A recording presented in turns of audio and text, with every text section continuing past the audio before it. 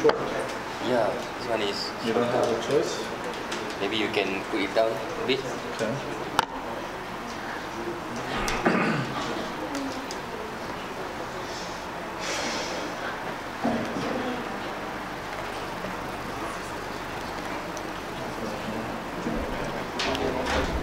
Still going to be okay? Yeah. Yeah.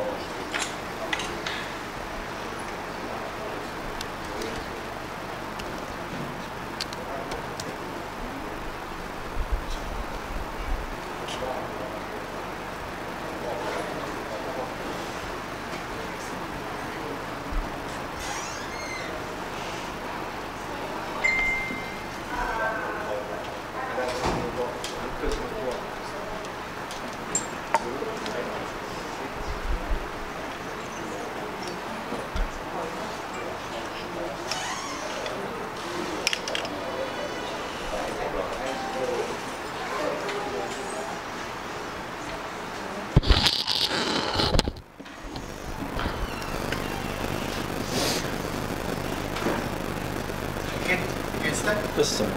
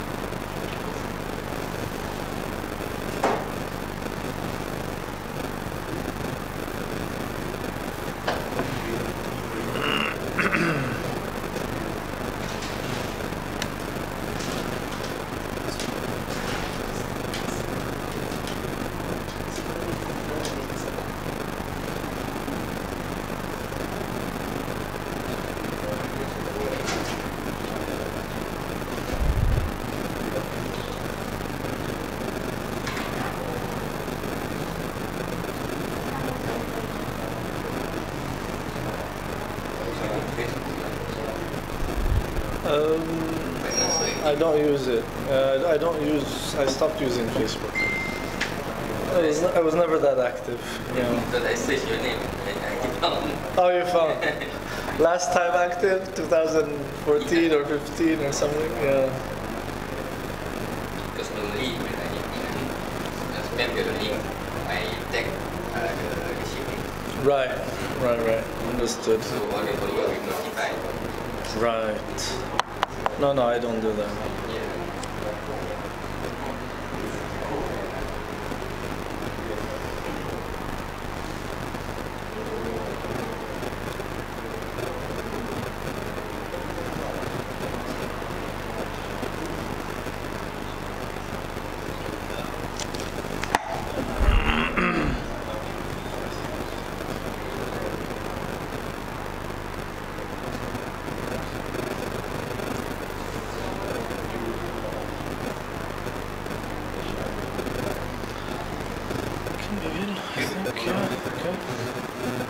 Are we ready? Yeah. Let me just. بسم الله الرحمن الرحيم الحمد لله رب العالمين وأفضل الصلاة وأتم التسليم على سيدنا وإمامنا وحبيبنا المبعوث رحمة للعالمين أبي القاسم محمد بن عبد الله وعلى آله وصحبه والتابعين ومن تبعهم بإحسان إلى يوم الدين سبحانك لا علم لنا إلا ما علمتنا إنك أنت العليم الحكيم رب اشرح لي صدري ويسر لي أمري واحلل عقدة من لساني يفقه قولي. I praise Allah Almighty and I send prayers and blessings upon Prophet Muhammad sallallahu alaihi wasallam, his noble family, righteous companions, and all those that follow them with right guidance until the day of judgment. Ameen. Glory be to you, O Allah. No knowledge have we except that which you have taught us. Indeed, you are the all-knowing, the all-wise. Dear brothers and sisters, Assalamu alaikum wa rahmatullahi wa barakatuh. It's very nice to be with you again on a bi-monthly basis. Today, inshallah, we continue with our series, Islam, the Misunderstood Religion. And today we want to deal with one of the prime misconceptions about the religion of Islam, and one of the accusations that is leveled against the religion of Islam, and that is that it is an intolerant religion, or that it is somehow not amicable towards other faiths and other ideas or ideologies. I will attack this subject, this topic, from two different angles. One being the practical angle, and the other one being the theoretical. And allow me to begin with the practical, even though the normative order would be to deal with it on a theoretical level and then go to the practical. But in this situation, I don't want to get lost in the theoretical and then not have enough time to talk about the practical. And in all reality, I think I would need more than one talk to really give it justice. But unfortunately, otherwise Islam, the Misunderstood Religion, will be a 1 year or a 2 year series. So for that purpose, I'm going to try to squeeze whatever I can into today, and then we deal with another misconception the next time, inshallah. So I want to try to deal with some of those practical examples, which is going to show us from the very beginning, before we even get into the theoretical, and especially if we have non-Muslim friends present, it's going to show them that tolerance is not just a theoretical concept in Islam, but rather it is a modus operandi. Modus operandi. It's a mode of operation in Islam. And it was practiced for the longest time, as we will see. Any observer and student of history will immediately realize that history was full of conflict. And to a large extent, much of that conflict was civilizational.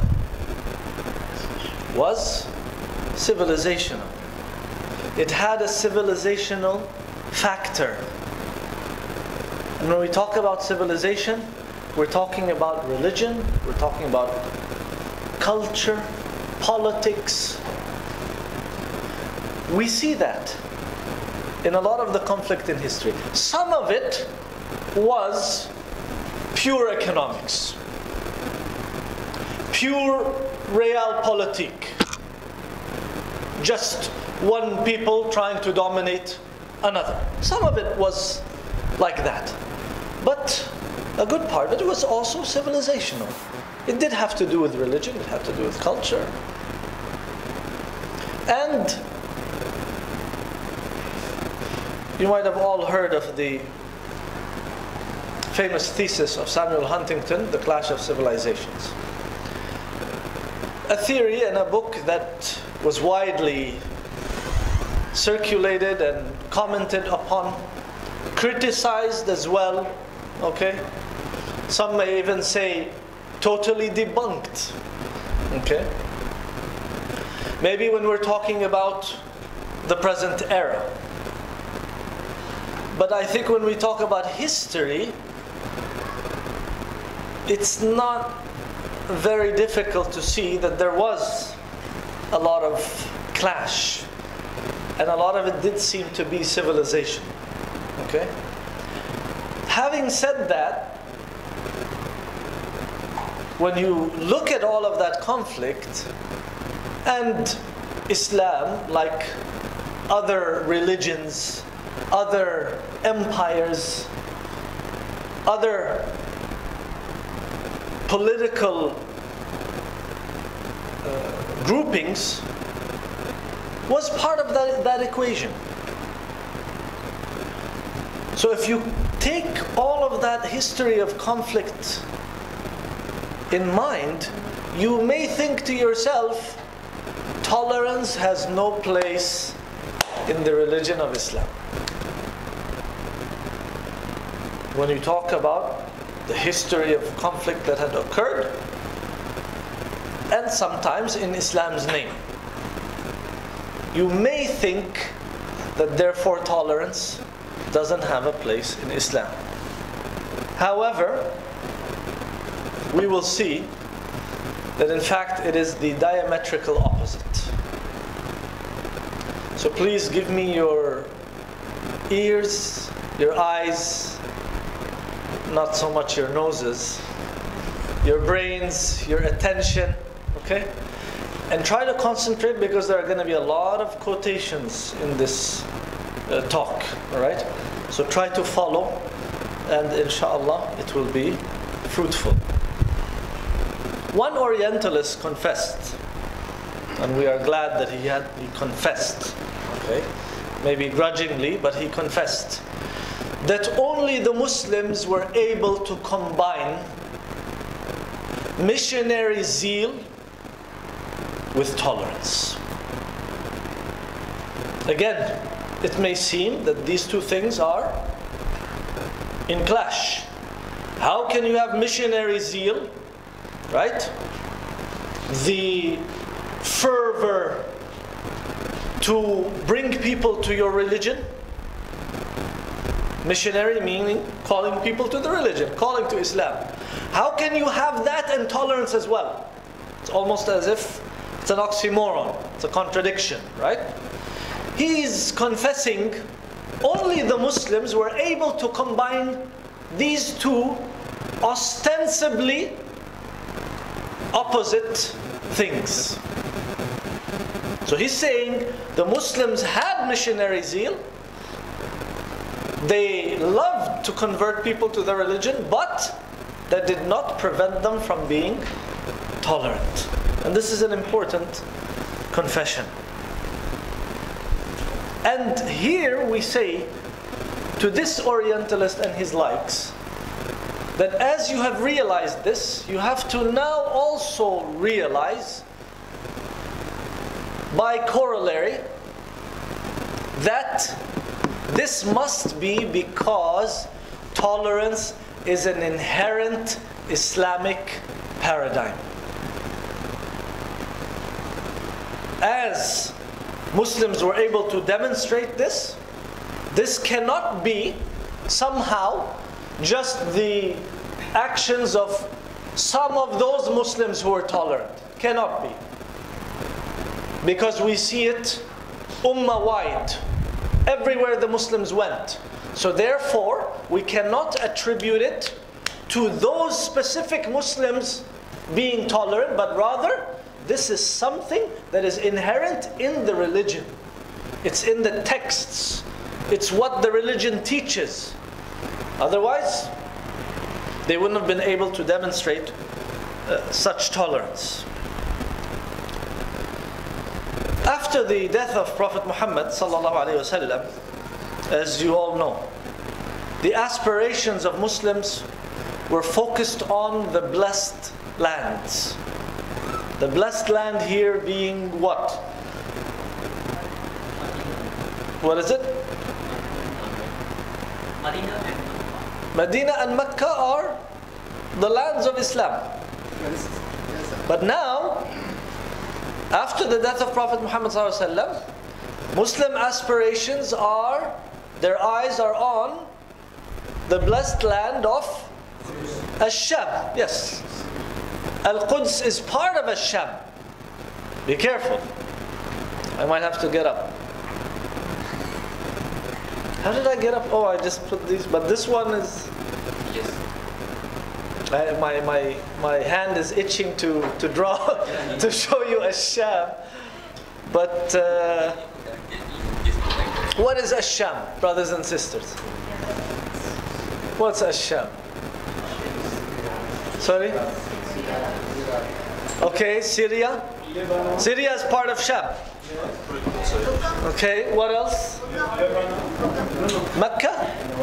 Mecca is not part of Sham. It's the blessed land, the The most blessed of lands. Do I write with this? Or the brother? Oh, okay. Okay, so Syria, Lebanon, Palestine. All of this is part of Sham. Allahu Akbar. Turkey also? Jordan. Which one? Jordan. Jordan. MashaAllah. All right. Interestingly, when I was giving a talk about the blessing of the land of Sham, it was kind of a talk about what's happening in Syria, but from a kind of a religious perspective, religious angle. So I was talking about the blessed land of Sham, and it was a PowerPoint presentation, so I showed them the pictures and the map and so on. So and I showed them some of the authentic hadiths, so everyone was excited to be part of Sham. So one sister raises her hand and says, "Sheikh, what about Turkey? Is Turkey part of Sham?" You know, everyone wants to be part of this blessed land. Okay, so we have Syria, right? Tayyib. And then we have Lebanon, right? And we have Jordan. And we have Palestine, right? So all of these, yes, this is all Sham. This is all Sham. When the Prophet ﷺ talks about the blessing of the land of Sham in the ahadith, he doesn't only mean Al-Quds. Clear? This is all Sham. These are not our demarcations. These are not our lines. These are the lines of Sykes and Picot.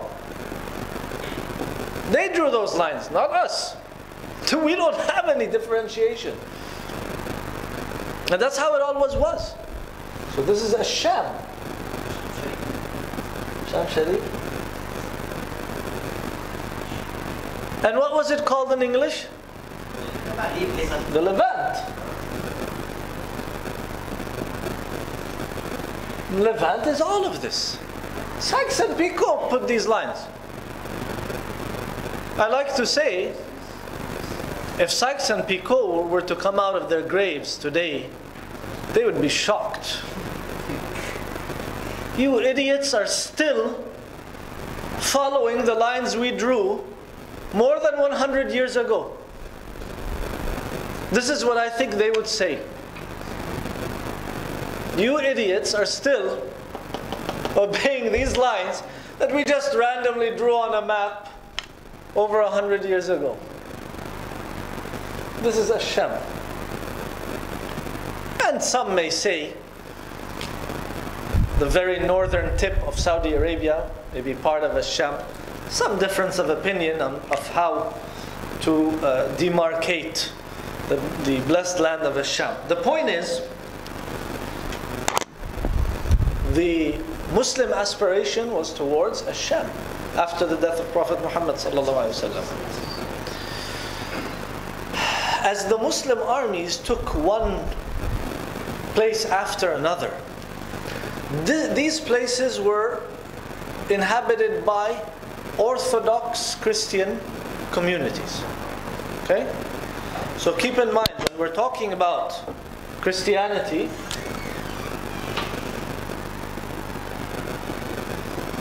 all the way up until Martin Luther in the early 16th century, 1518 or so, all the way up until this date, the main chasm between or in Christianity is between the two main Christian sects. And they are Catholics and the Orthodox. This is the main chasm. Because until now, we don't have something called Protestants. Clear? Protestantism starts in the early 16th century with Martin Luther. So, all the way up until this time, the main chasm is here. And it's a huge chasm. The conflict that happened between Catholic Christians and Orthodox Christians is difficult to describe. They were mortal enemies of one another. Alright? So, of course, when do Muslims, this is what you can describe as Eastern Christianity here. And this is pretty much Western Christianity. So whenever you read a room in the hadith of the Prophet ﷺ, it's talking about Eastern Christians. The Byzantines, whose capital is Byzantium.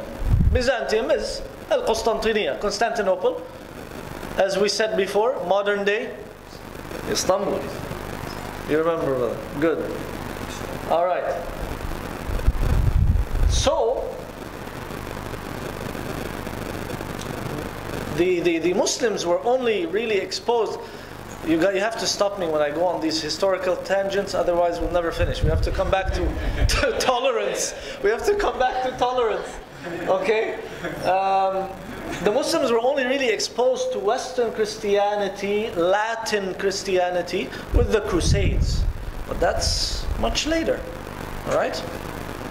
That's in the end of the 11th century, right? 1095, 1099, when the Crusades started. So most of the time, especially in the early period, they are dealing with the Orthodox Christians, the Eastern Christians. Okay? So, these Orthodox Christian communities that populated Ash-Sham, okay, they actually welcomed the new Muslim rulers. Alright? Why? Because they attributed to them their deliverance from the repressive tyrant Heraclius, also known as Herakl. They even saw it, some even saw it, as a manifestation of divine punishment. That God is punishing this tyrant by the coming of the Muslims. So they actually welcomed the Muslims taking over many of the lands of Ash-Sham, because they were being persecuted by their own Christian co-religionists. So now we're talking about a chasm within Orthodox Christianity as well. What are called the Chalcedonian Christians as opposed to the non-Chalcedonian. One anonymous Syriac chronicle quotes the following: "In this we gained no small advantage." In other words, it was a big advantage. "In that we were saved from the tyrannical rule of the Romans." So they felt that these Romans, though they are co-religionists, were persecuting them. And now the Muslims have come and delivered them from them. So, when you hear things like this, you immediately make the connection that the rapidity with which the Muslims were able to take over the lands of Ash-Sham is definitely due to their ability not to take over the land, but to take over the hearts first. Here are the people welcoming them and seeing them as a ni'mah, as a blessing from Allah, right? Otherwise, taking over the land of Ash-Sham wouldn't have been that easy. We have to realize that. So this is religious tolerance. In another quotation by one scholar, he says the Byzantine administration the administration now, was well known for both its high taxation and its strict enforcement of orthodox religious beliefs. Islam was a pleasant alternative, for it was religiously tolerant. And even the taxes that a non-Muslim was obliged to pay, the jizya, were significantly less than those levied by Constantinople. Constantinople being the capital, being Rome, right? At this point we're talking about the second Rome, Byzantium, Constantinople, right? These victories, my brothers and sisters, paved the way for the bloodless acquisition of Al-Masjid Al-Aqsa and Al-Quds. It was a bloodless acquisition. There was no blood. There was no bloodshed. There was no killing. A far cry from what will happen during the time of the Crusades. Right? A far cry. In fact, as we know, the presence of Umar ibn al-Khattab was specifically requested in order to receive the key to the city. In order for the patriarch to hand over the city to Sayyidina Umar ibn al-Khattab. On one occasion, the Muslims had to vacate some of these Levantine. Levantine is an adjective of Levant. So the Muslims had to vacate some of these Levantine cities, okay, in order to face the large army of Heraclius. As they were vacating Hims, and Hims is where? Syria. At one point it was considered the capital of the Syrian revolution. As they were vacating Hims, in other words, they're leaving it now. They have to all congregate because they have to face Heraclius. Guess what they did? They returned the jizya money that they took from the Christians. They gave it back to them. Right? This has never happened to them before. They couldn't believe it. Who are you people? Where did you come from? You know? So they returned whatever money. You think Heraclius would ever return the taxes that he took? Why did they return it? Because the jizya money that they were taking from the non-Muslims is actually, it's like a fee that the non-Muslims are paying for the protection of the Muslims, for the protection of the state. And now they're leaving. So they cannot protect them anymore. So they gave them their money back, refund. Subhanallah. Upon which the Syriac residents replied, "Indeed, your rule and justice is more beloved to us than the oppression and tyranny we were under. And with your deputy," they left a deputy, "with your deputy we shall repel the soldiers of Heraclius." So now they're going to fight with the Muslims against Heraclius. When they saw this magnanimity, this toleration, this kindness. Right? This is what we're talking about. This is at a time where Islam is at the peak of its strength. No one can say, oh, the Muslims were weak. It's exactly the opposite. Toleration is an inherent aspect. It's an inherent characteristic of this religion. And the Muslims displayed it in the best way. Of course, similar incidents occurred in some of the other cities that they also had to vacate. We have to understand of the Quranic injunction or principle that there is la ikraha fi din. there is no compulsion in religion.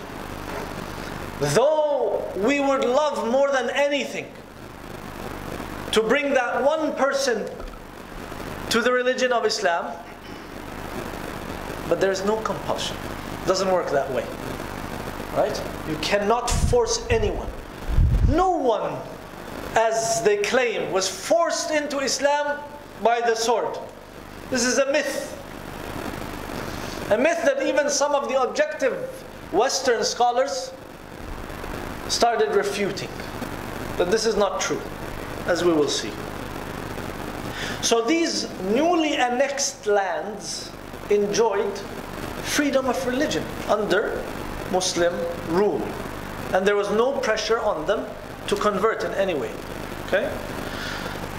Nothing is better proof of this than the large number of Jews and Christians that lived under Islamic rule, whose religious demographics did not change, hardly changed, even after the Muslims took that city or that location. I'll give you an example. After about a century of this celebrated conquest of Syria, it was found that Muslims constituted just over how much? What was the percentage of Muslims in Syria, in this area?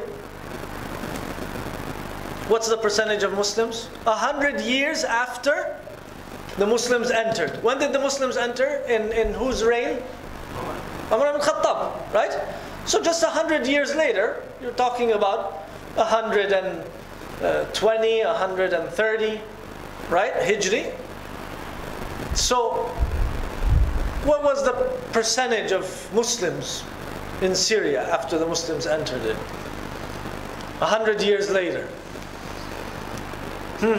Take a guess. Yes, brother. Yeah, absolutely. You're talking about the Umayyad Khilafah. Khilafah al-Umayyah. 60%, okay. Other guesses? 40. Okay. Khilafah al-Umayyah. It lasted all the way up, past 100 years, right?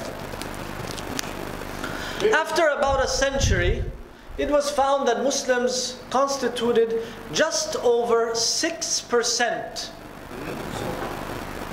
6% of a stable population of 4 million. This is according to the study by Courbage and Farg, 1998. What does that tell you? There's no forced conversion. There's no forced conversion at all. Yes, and we're talking about the capital of Khilafah. It's a very good point. So, the Muslims are just 6%. They left the Christians be. Lakum dinukum waliya din. Right? The Muslims were ruling, yes. They were ruling them by Islam. They were ruling them justly, right? With the justice of Islam, with the freedom and toleration of Islam. You want to convert? Ahlan wa sahlan, right? Later on, as we will see, especially in Spain, yes, people were converting in droves. Actually, some of the Muslims started feeling that we're losing economics. There's no jizya, they're becoming Muslim, right? But they understood, and at least Al-Khalifa Umar ibn Abdul Aziz was teaching people as well, that we are not here to collect money, we are here to guide people. If they convert to Islam genuinely, they don't pay the jizya anymore. This is what we want. Leave the economics to Allah. Right?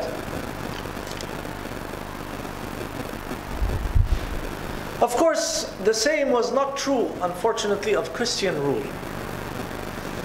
Places where Christians ruled.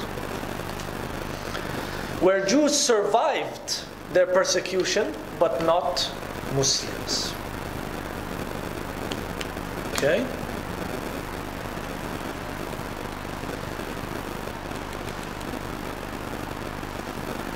Listen to this incident.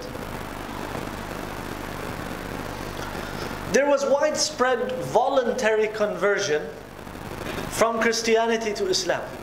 Where? In an area some of you may know, maybe you, brother, in Khurasan. Okay? That's close.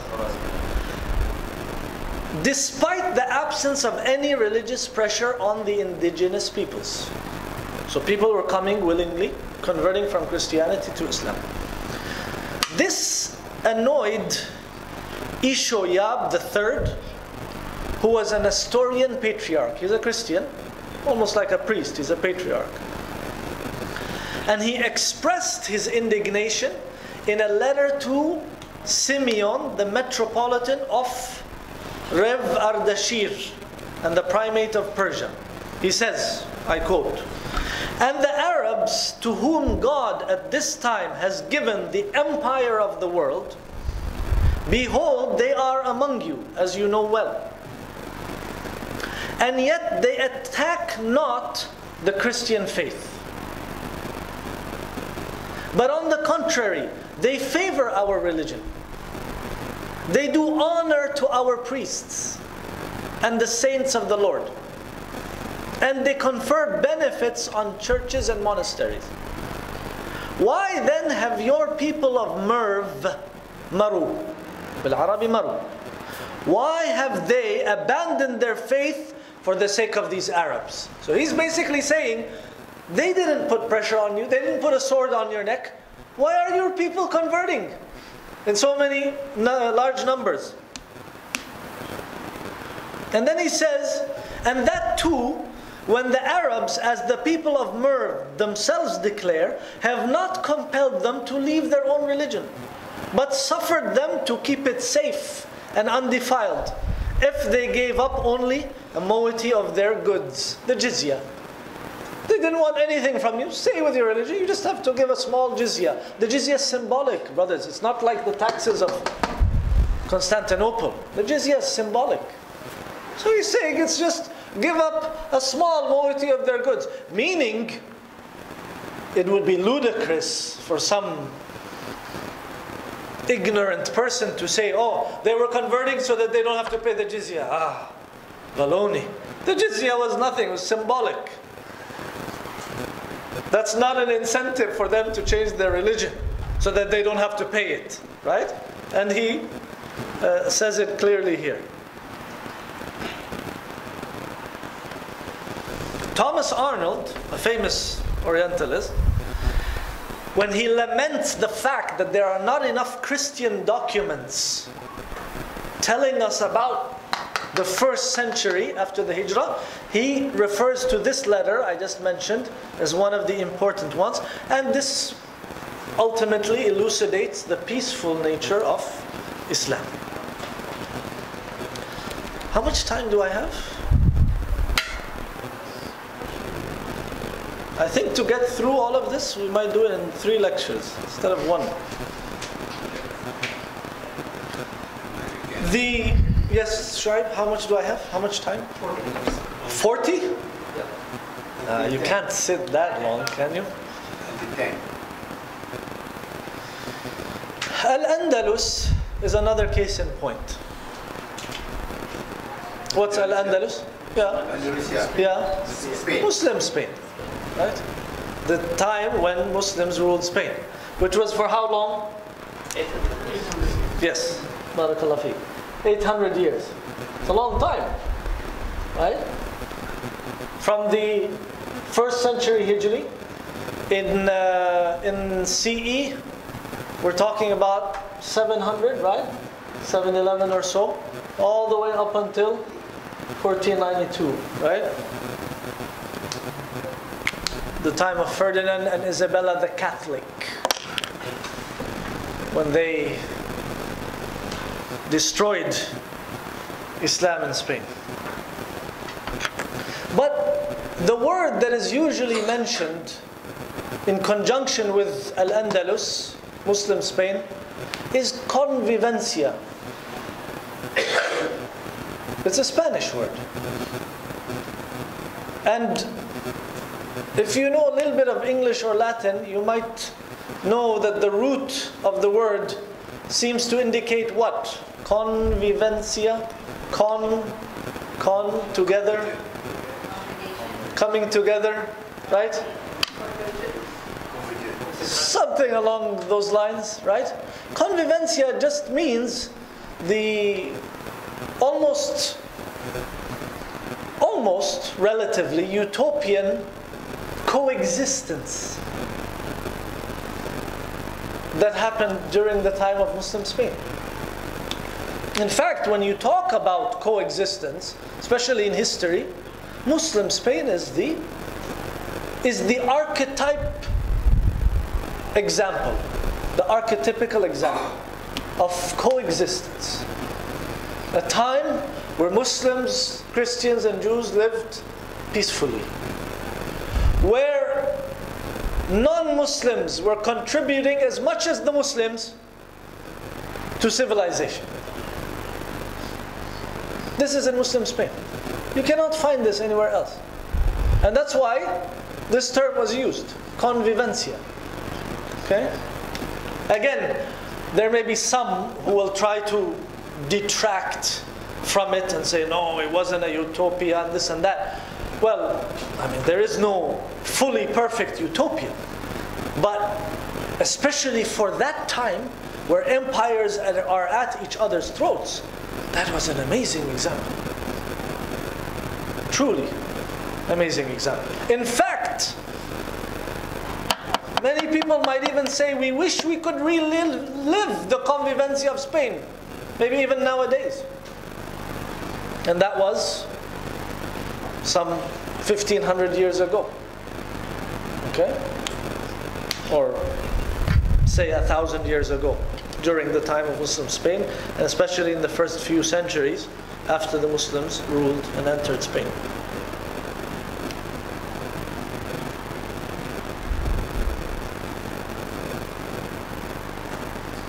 This is why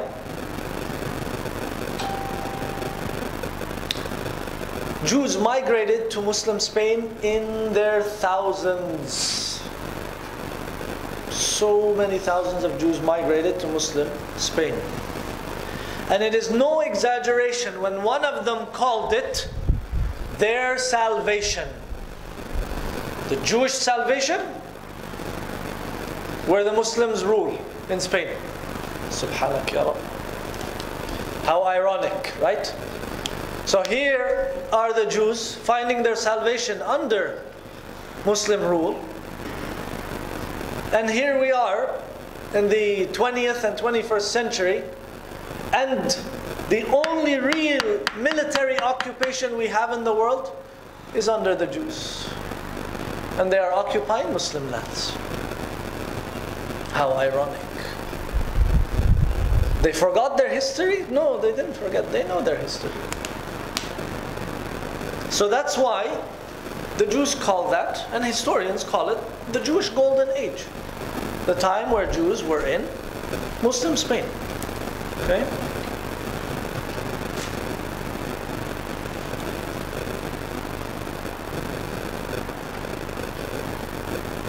As we know, the convivencia did not last. There was a Reconquista movement whose purpose was to get Spain back and bring it under the fold of Christianity again. And they succeeded in 1492 when they took the last Muslim stronghold in Granada and started their campaign to decimate whatever was left of Muslims in Spain. And of course, the famous, notorious rather, institution which they began, also known as, what is it known as? How did they destroy Islam in Spain? The Inquisition, the Spanish Inquisition. whereby scores of Muslims and Jews, for that matter, were thrown out of Spain. There was a mass exodus of the Jews, and whoever was left in Spain was tortured many times to death. Or the other option is to become Christian. So if anybody forced people into their religion by the tip of the sword, it was the Christians in Muslim Spain. After establishing convivencia for centuries, the Christians started the notorious Spanish Inquisition. Some of the most unspeakable torture that happened during that period to Muslims, because they refused to apostatize and leave Islam. In fact, according to Karen Armstrong, she calls it the most evil of all Christian institutions, the Spanish Inquisition. And that Spanish Inquisition turned centuries of Muslim toleration and convivencia on its head, right? And that's when Spain, according to these Catholic Christians, became a homogeneous nation. Subhanallah, the tyrants always like the word homogeneous. I also like that word, but I like it from a chemical engineering perspective, right? You make something homogeneous, you blend it. But when it comes to peoples, when you say homogeneous, you mean you completely destroyed other cultures or ideologies and you only left one type. Exactly the opposite of what the Muslims did. We said 6%. Is that homogeneous? It's homogeneous on the Christian side, not on the Muslim side. It's totally heterogeneous. But once the Christians come and oppress, they want to make it homogeneous. Bashar al-Assad used the same word. Now, during the Syrian revolution, as he was starving one town after another, okay? Especially in central Syria and in the south, especially in Al-Ghouta, the blessed area of Ghouta. And he said, now we have a homogeneous population. In other words, only people who do sujood to him. Wal-'iyadhu billah. Right?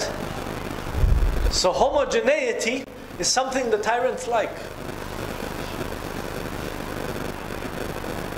Again, I mean, there's so much to say, so I'm just kind of...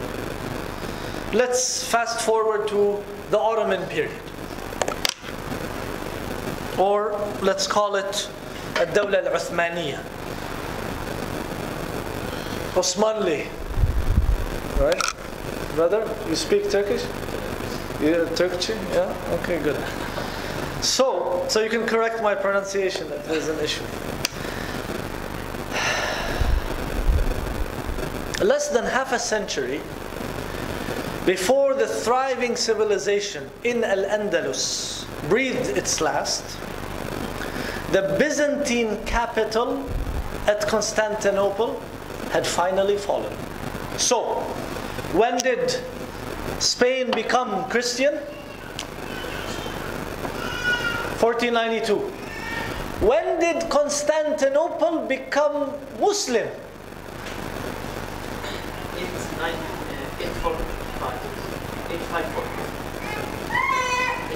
1453, 857 Hijri. Unfortunately, brother, a lot of us were only dealing with the Gregorian calendar. 1453, Yawm al-Qiyamah, for the Christians, the last day.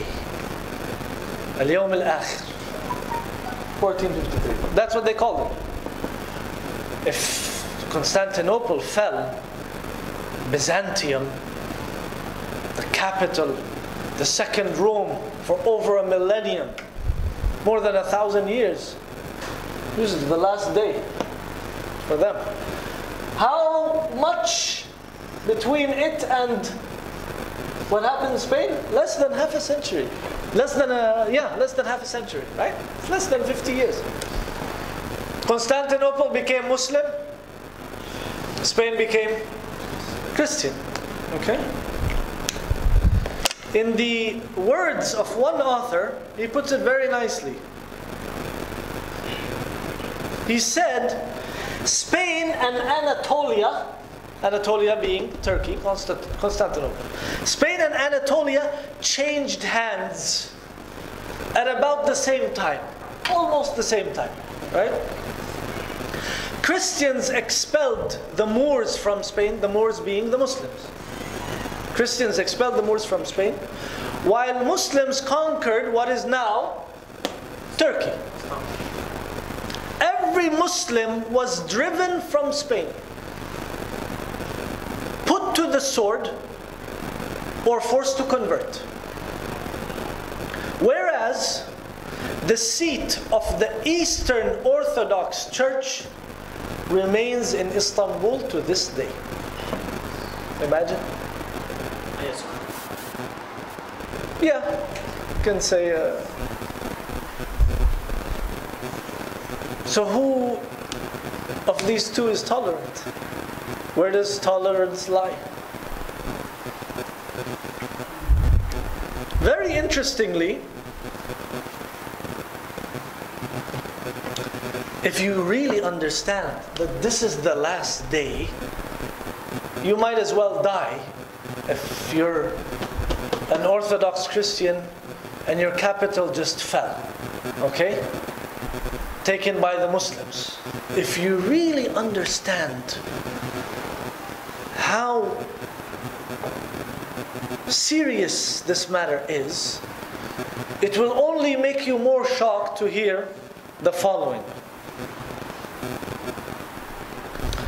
The impending threat of the siege that eventually led to the fall of Constantinople, was so dire that Emperor Constantine Pelologos found himself compelled to seek the immediate assistance of Latin Christendom. So now you have the Orthodox Christians calling on their arch nemesis, the Latin Christians. And they've been fighting each other forever. The Crusade in 1204. The Crusades were between, again in CE, 1099 and 1291. Right?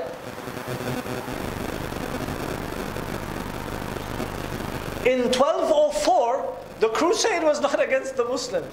It was the Latin Christians against the Eastern Christians. They plumaged Constantinople. Their own co-religionists. So now, but this is al-yawm al-akhir. This is serious. So now he feels compelled, he has to seek the assistance of his arch enemy. Right? Many Greeks objected, Eastern Orthodox, many of the Greeks objected to the emperor's request. And even indicated a preference for the Turks. Let the Turks come rather than our own Christian co-religionists. Okay?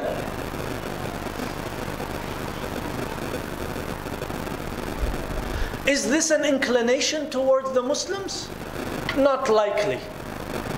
It seems more like Greek abhorrence of the Latins, the Latin Christians. Okay? Byzantium's Constantinople, their own Grand Duke, famous Grand Duke, Lucas Notaras, is popular for his caustic remark when he said, quote, he had rather behold in Constantinople the turban of Mohammad, then the Pope's tiara, or a cardinal's hat. So in other words, I'd rather see a Muslim turban rather than a cardinal's hat or a Pope's tiara. Look at the enmity between them, the animosity, subhanallah, right? And actually the Quran talked about this as well. And this is why, as Emperor Constantine was riding through the streets, you could hear the general public shouting, "Better we turn Turk rather than Latin. We'd rather become Turk rather than become Latin." It's very interesting. Definitely they must have heard and realized the tolerance of the Muslims as well. Where have you heard these things before? Have you heard these things before? Have you read them? You'll definitely not hear it in the media, much less some of the scholarly works and books. This is the tolerance of Muslims. This is our legacy, right? We need to know this.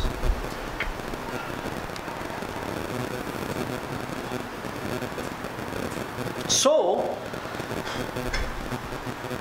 the fall of the Second Rome, this one, after its millennial legacy, was a more historic occurrence than the end of Muslim Iberia that followed 4 decades later. This is more historic than this. Therefore, it could have easily produced similar horrific oppression of the indigenous population. Why wasn't this like this? Even though this is more historic, the Muslims could have annihilated the Christians. It's not the way of the Muslims. Even as Sultan Mohammad al-Fatih, he started talking. He's the one who obviously performed the conquest. He started talking to the Eastern Christians and gathering them. Not slaughtering them, forcing them into Islam, or exiling them, as happened just 4 decades later in Iberia. Let us quickly look at the situation of Ahl al-Kitab in Ad-Dawla al-Uthmaniyah. Okay? Many of those who were religiously persecuted in Europe after the Turks got Al-Qustantiniya, and you have to remember that this is a time of strength for Ad-Dawla al-Uthmaniyah. The time of weakness doesn't start till approximately after 1571 with the Battle of Lepanto. After that, weakness starts to set in, even though there's still another 3 centuries or so for it to fall, right? But weakness started to set in. Actually, with the son of Sulaiman al-Qanuni, Salim al-Thani, that's when weakness started. But up until this time, this is the age of strength for Ad-Dawla al-Uthmaniyah. Okay? So for many of the religiously persecuted, guess what? The Ottoman Empire, as they call it, was a refuge. Many of the religiously persecuted Christians and Jews sought refuge in, again, as we saw in Iberia, in Spain, sought refuge in Muslim lands. In Anatolia, Turkey, right? It was a prime destination. And what the Turks implemented is a system they called the Millet System. Millah, from Millah, right? And the roots of this Millet System originate in Islam and Islamic laws concerning what is called Ahl al-Dhimma. Okay? And this is why the Sublime Porte, meaning Ad-Dawla al-Uthmaniyah, they gave unprecedented privileges to these non-Muslims that were living. So he's saying a pernicious tenet has been imputed to them. the duty of extirpating all other religions by the sword. This charge of ignorance and bigotry is refuted by the Quran. They used to spell it Quran still. Their knowledge of Islam is still quite limited. They don't call it the Quran, the Quran, right? With a K. This charge of ignorance and bigotry is refuted by the Quran, by the history of the Muslim conquerors, and by their public and legal toleration of the Christian worship. وَشَهِدَ شَاهِدٌ مِنْ أَهْلِهَا. Right? So this is your own historian par excellence of the Roman Empire. He's not a historian of Islam, he's a historian of the Roman Empire. And he is saying this, and he's exonerating Islam of what he called a pernicious tenet. That this is not correct, and this is not Islamic. Right? Interestingly, Norman Daniel says that toleration had no place in medieval Christendom, as it did within what he calls strictly defined limits in medieval Islam. And he cited the disappearance of Muslim communities living under Christianity, as opposed to Jews and Christians living under Muslim rule.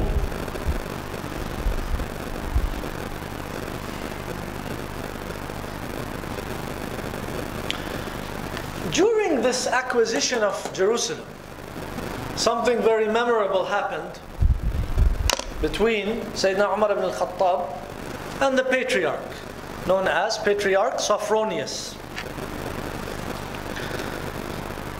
Umar refused to pray inside the church. You heard this. How many have heard this story? This is famous. Everyone knows it. Everyone should know, right? Why didn't he want to pray in the church? Because it's haram? Why? Yes, brother? Pictures. Okay. Why? Yes, brother? Because if you don't want the Muslims to come to prison. Barakallah fiqh. Umar ibn Khattab is looking ahead. If he prays there, what's going to happen years down the line? Muslims will come and say, our Amir al-Mu'mineen prayed here, so they'll raise the church. He's afraid of that. So he refused to pray. Allahu Akbar. Umar ibn al-Khattab, who is sometimes accused of being a strong personality and maybe he was harsh and this and that. Look at the way he's thinking. So there are different accounts of the dialogue that occurred, but this is an interesting account of a learned Christian authority that I will quote to you, the Melkite Patriarch of Alexandria, known as Eutychius Sa'id ibn al-Batriq. Those of you who speak Arabic might have heard of Sa'id ibn al-Batriq. He says, when the time of prayer approached, Umar said to Patriarch Sophronius, I want to pray. So the Patriarch responded, Commander of the Faithful, Amir al-Mu'mineen, pray in the place where you are now. And Umar said, I do not want to pray here. The Patriarch then led him to the church of Constantine, the church of the resurrection, also known as Kanisat al-Qiyamah, where he spread a mat made of straw on the floor of the church. But Umar said, I do not want to pray here either. He went out to the steps which are at the gate on the eastern side of the church of Saint Constantine. And he prayed alone on the steps. Subhanallah. Then he sat down and said to Patriarch Sophronius, Patriarch, do you know why I did not pray inside the church? He said, I do not know, Commander of the Faithful. Umar said to him, if I had prayed inside the church, you would lose it. And it would have gone from your hands, because after my death, the Muslims would seize it, saying Umar has prayed here. But give me a piece of almost like papyrus to write a document And he wrote that Muslims should not pray on the steps as a congregation, but rather individually. And that they should not gather here for the purpose of communal, congregational prayer. Nor should be called together by the voice of a mu'adhin. Allahu Akbar. Look at the tolerance. Look at the justice. This tolerance towards the Christians in Al-Quds was not restricted to not interfering in their affairs. It went beyond that. The Christians at times would request them, the Muslims, to arbitrate some of their differences, some of their own differences, out of confidence in their justice, in their objectivity. Subhanak ya Rabb. And we know that Umar ibn Khattab gave the people of Jerusalem the aman, right? The assurance of security. Okay? And this ultimately ended centuries of religious intolerance, even in the area of Al-Quds. Okay? It was the aman of Sayyidina Umar which made this place a place of peace. Al-Quds has been the object of conflict for centuries, right? Between different empires. We know that the story mentioned in the Quran of how the Romans and the Persians were vying for it, right? Alif Lam Mim. غُلِبَتِ الرُّومُ فِي أَدْنَى الْأَرْضِ. This is Al-Aqsa, this is Palestine. So the Persians were vying for it, the Romans, okay, and civilizations before that. So there was a lot of conflict in Al-Aqsa, in Al-Quds. I remember reading a nice comment, I think it was by Karen Armstrong, and she's written plenty on Islamic religious history as well as Palestine. And she visited, she can. So she said, when I stood in the church there, I almost froze in awe, thinking about the amount of bloodshed that occurred in history in order to take control of this place. But that all changed. Now, these are my words. These are no longer end quote for Karen Armstrong. Just the fact that, she was thinking about all of the bloodshed that occurred before, and she's standing there now.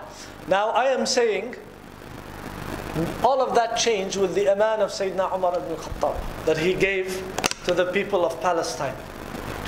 It again became a place of bloodshed when what happened? The Crusaders came and took it for that short period, less than a century. I'm running out of time, as you can well see. What is it? Yeah. 10 minutes.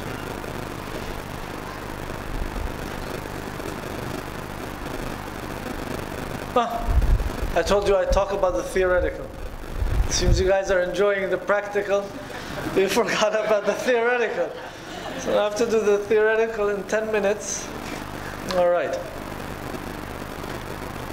Let me just say quickly, were there exceptions to the rule? Yes, there were exceptions. Was everyone so magnanimously tolerant? Not always. There were exceptions. And I have some of those exceptions. I don't have time to mention them.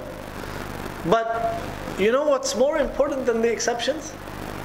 That whenever there was an exception, a violation of the modus operandi of tolerance, there was someone to correct it. There was someone to say, this is wrong. What you're doing is wrong. What you're doing is against Islamic principles. Even at the time of Prophet Muhammad sallallahu alaihi wasallam. Of course, at the time, People were still close to the time of Jahiliyyah. It takes time to reform themselves. So there may be certain manifestations of that, the practice of the time of Jahiliyyah. But there was always someone to say, this is wrong. People would not be quiet.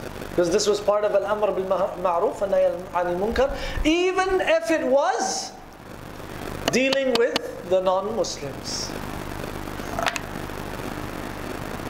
But I don't have time, unfortunately, to go into those examples.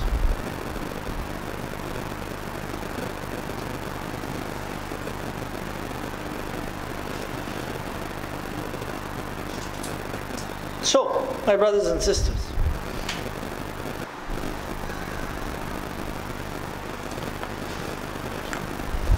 when we talk about tolerance, I feel the matter is largely misunderstood. Tolerance today is understood by many to mean almost a wholesale acceptance of the other person and his beliefs and his ideology. But I claim this is a very erroneous definition of tolerance. In fact, it's almost farcical, because if I accept you and I almost agree with what you think and what you say, and I almost find credence in what you believe,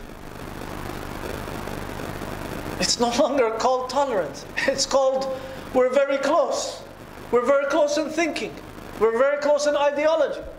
So these Christians who are fighting each other for centuries, in reality they're quite close. And they can be tolerant of one another. They just have some differences about, the single nature or the dual nature of Christ. Fine, there are issues of creed, of aqidah, but they're not that huge. They're not that different. So, this is not where tolerance comes in. You're already quite similar. Tolerance comes in when we are drastically different. Tolerance means something when I am most vehemently opposed to what you believe or think on a theoretical level. But on a practical level, I'm able to show you respect, to treat you well, and to be tolerant of you. This is tolerance. This is the ultimate definition of tolerance. So nowadays, everyone wants to say tolerance is almost like I have to accept you wholesale.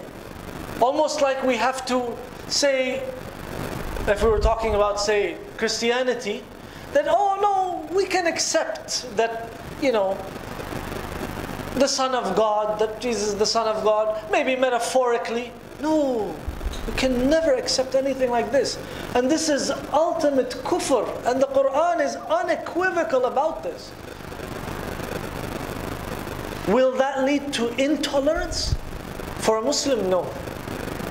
Similar to the comment of that Orientalist, when he talked about being able to demonstrate two seemingly contradictory things, missionary zeal and tolerance. Similar here. The Muslims are the only ones who can really combine complete aversion to the other party's aqidah, because we realize it's all kufr, but still be tolerant of them and show them respect and be just with them, because Allah loves justice. Allah loves the just. This is tolerance. This is the ultimate definition of tolerance. I don't have to in any way accept your aqidah. My aqidah is diametrically opposed to yours. One is iman and the other is kufr. Clear as that. Clear as day. Right? But I can be tolerant. And I was tolerant. And the entire history of Islam demonstrated that tolerance in the most beautiful way.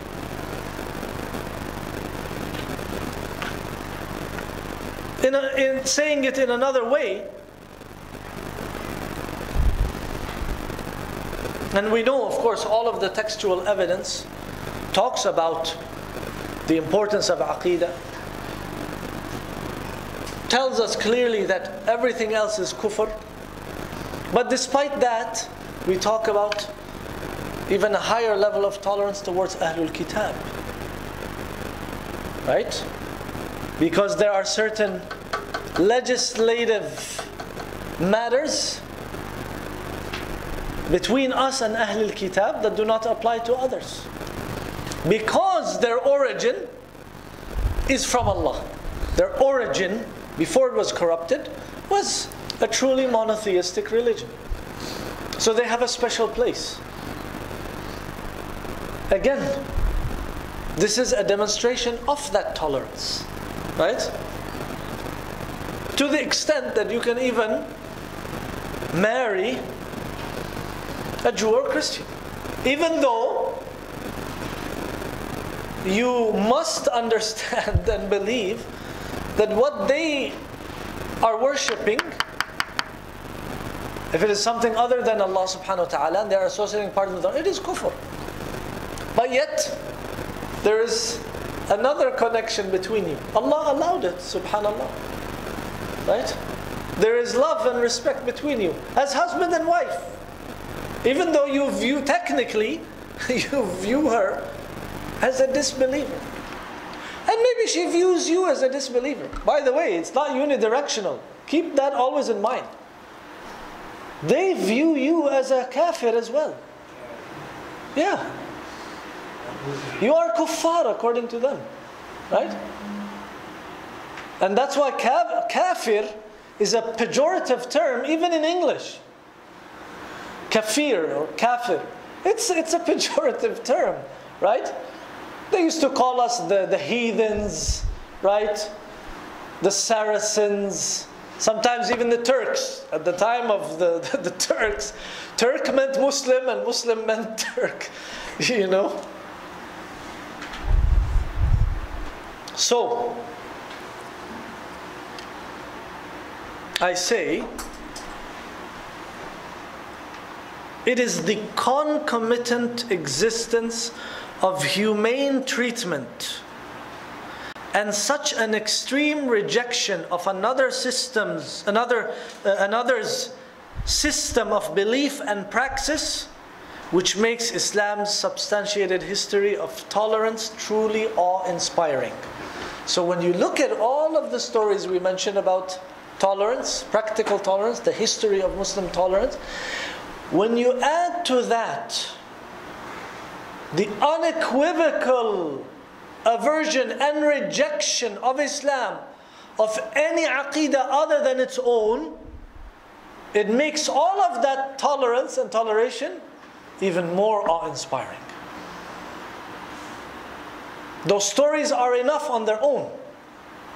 Even if we were, like others, not so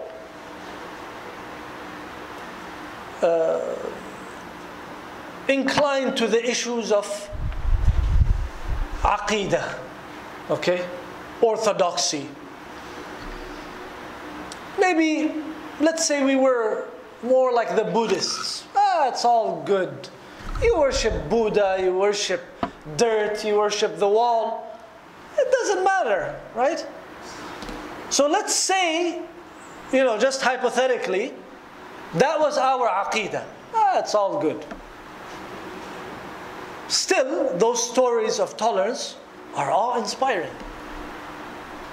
But then when you see that actually the Muslims are the most strict when it comes to the issue of orthodoxy and aqeedah, you are even more inspired with awe when you read about all of that tolerance and peaceful coexistence that we promoted. Wallahu ta'ala a'lam wa ahkam. جزاكم الله خيرا وصلى الله وسلم وبارك على نبينا محمد وعلى آله وصحبه أجمعين. One question. Yes. How do you differentiate between being tolerant and being accommodating? Precisely my point. So a lot of people are equating toleration with accommodation. Almost like, let's worship your God one day and you worship ours one day. As the kuffar of old used to say. This is not what tolerance is about. This is why I'm trying to correct this misconception. Everyone seems to think tolerance means that as you tell me and try to explain to me how God is a statue, or He's the sun and the moon, or that He's a human being, or that He is the Son of God or God incarnate, they almost think that they want me to nod as they are saying that. No, this is clear as sunlight for a Muslim, and this is totally unacceptable. But that does not in any way detract or vitiate from my tolerance. This is what we're trying to say. You think that these Muslims that demonstrated this tolerance, Umar ibn Khattab, when he was doing this, he didn't think Sophronius is a kafir? Or a disbeliever? Umar ibn Khattab was wishy-washy on aqidah, that's why he was so tolerant, and I don't want to pray in the church and this and that. Come on. They were even more strict when it came to these issues. That doesn't touch tolerance. Tolerance is a different domain. That's why I said here, you see,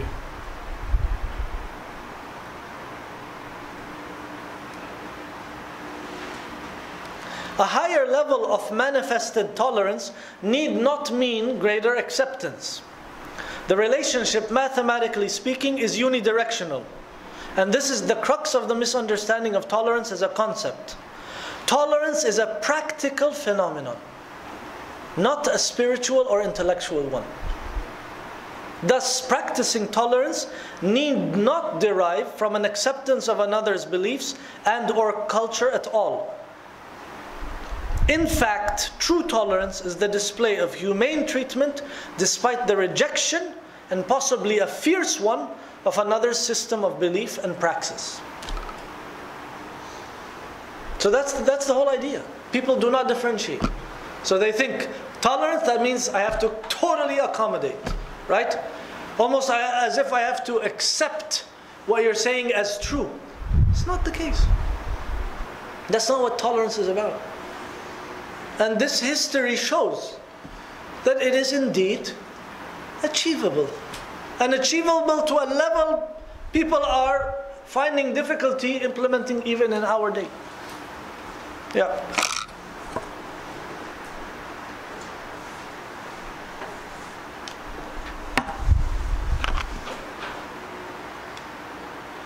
And all of this, brothers and sisters, as you see, is not under a secular system. In all of this history, was there such a thing as secularism? No. It was under Muslim rule. But the secularism... So when the enemies of Islam keep trying to fearmonger, right? And scare everyone, oh, Islam is coming, Sharia is coming, Khilafah is coming. These people are, as if we are Ya'juj and Ma'juj and we're going to destroy the world. Habibi, the world never knew tolerance until the Muslims came. When Muslims were ruling, the world enjoyed peace. There was true civilization, there was true coexistence under Muslim rule. Right? This is a very critical point as well.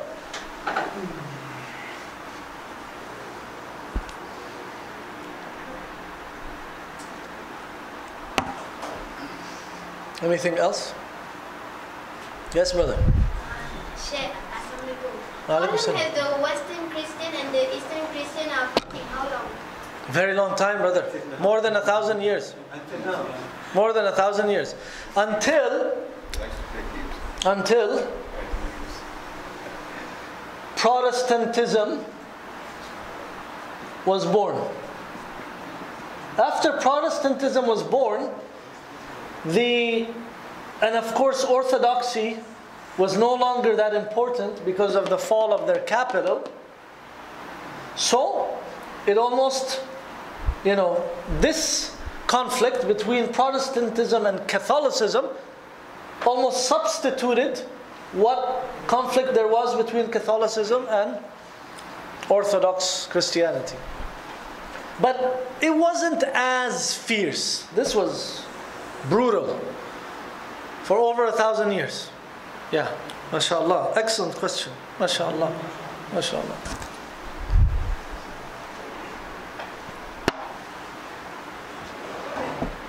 So where's Orthodox Christianity today? Russia. Mainly Russia, right? So this is why when Samuel Huntington talks about civilizations, he calls it Orthodox civilization, obviously represented by Russia. Even though Orthodox and Catholicism or Protestantism nowadays, they don't seem so different.